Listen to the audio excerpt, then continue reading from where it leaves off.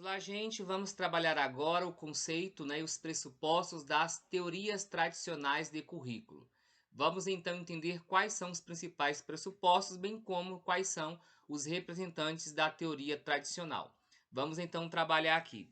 Eu trago para vocês aqui um breve histórico em relação às teorias tradicionais de currículo.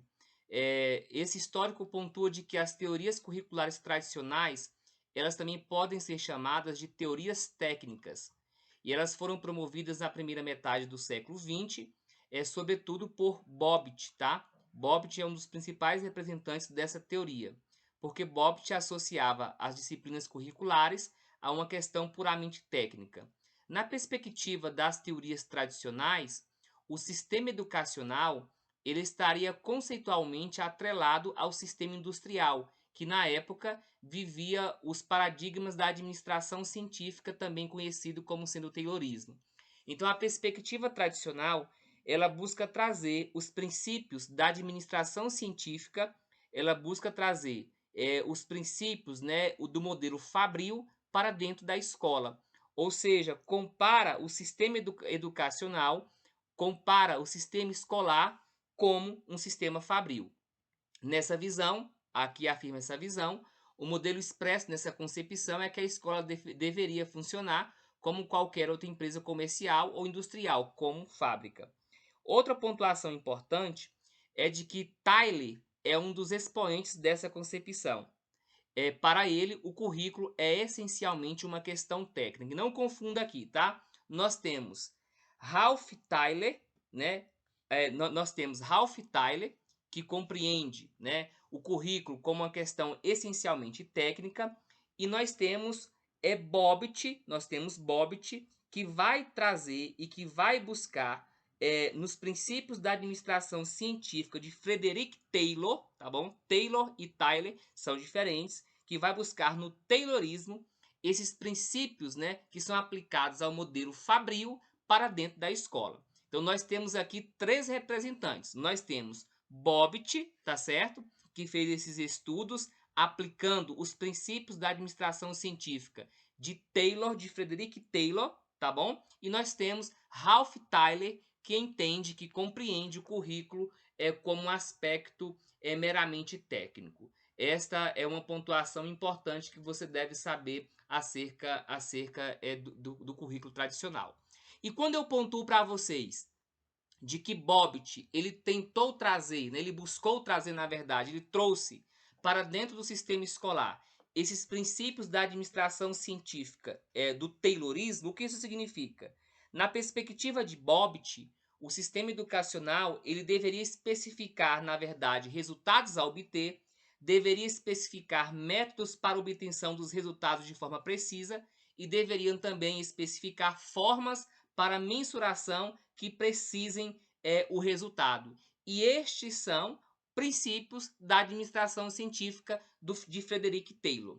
Dentre outras características que podemos citar das teorias tradicionais, vamos aqui elencar algumas. Vamos aqui elencar 6 características. Primeira característica, o currículo tradicional ele é baseado no modelo de administração científica, que é o Taylorismo, de Frederick Taylor, tá bom? O currículo tradicional, ele prima pelo rigor, pela exatidão, pela predeterminação, previsibilidade, racionalidade, mensuralidade.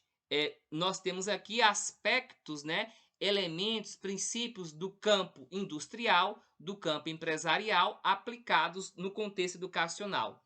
Nessa perspectiva tradicional, na perspectiva tradicional, o currículo ele é neutro e ele é apolítico, ou seja, é crítico.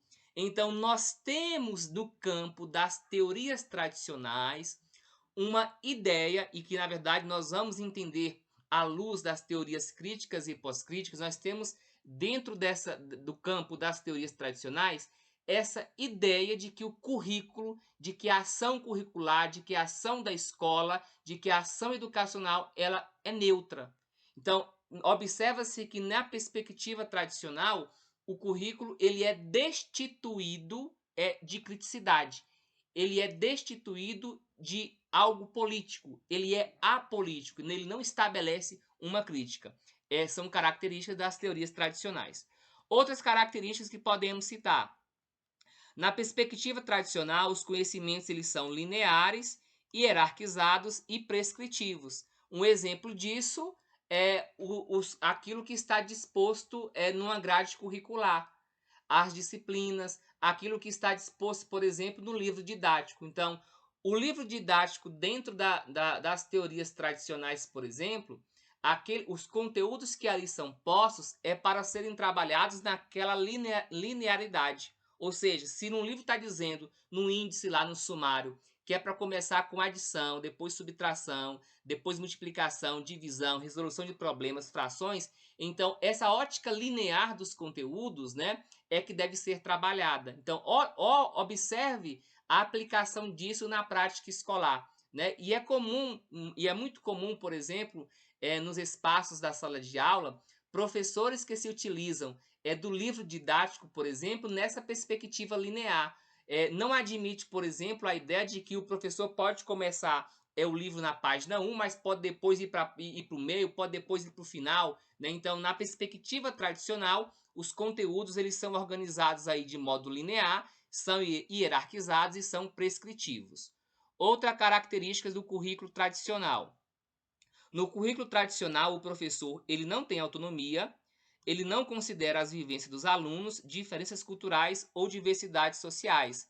Desta forma, um conteúdo, né, os conteúdos trabalhados, né, são dissociados das realidades dos estudantes.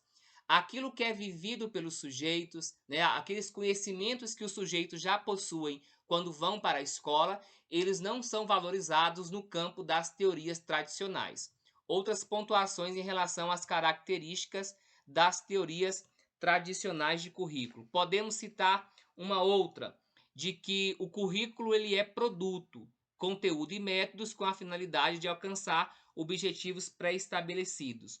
Outras características é que o controle do currículo é feito por aqueles que o desenvolvem, sem a participação dos professores, pais ou alunos. No que nós entendemos aqui? Entendemos que ele é elaborado por especialistas. Então, são pessoas externas ao fazer da escola, são pessoas externas ao sistema de ensino que elaboram o currículo. Então, é um conhecimento hierarquizado, verticalizado, né? Alguém pensa o que deve ser aprendido, alguém pensa o que deve ser ensinado, alguém externo a essa prática e envia para que alguém, esse alguém, o professor, aplique em sala de aula. Então, o currículo, o controle do currículo é feito por aqueles que o desenvolvem. Dessa forma, afirmamos que ele é elaborado por especialistas. Outro ponto também é de que a avaliação apenas para aperfeiçoar o produto desenvolvido e para harmonizar o resultado e objetivos. Então, a avaliação dentro das teorias tradicionais é com foco no produto e não com foco no processo.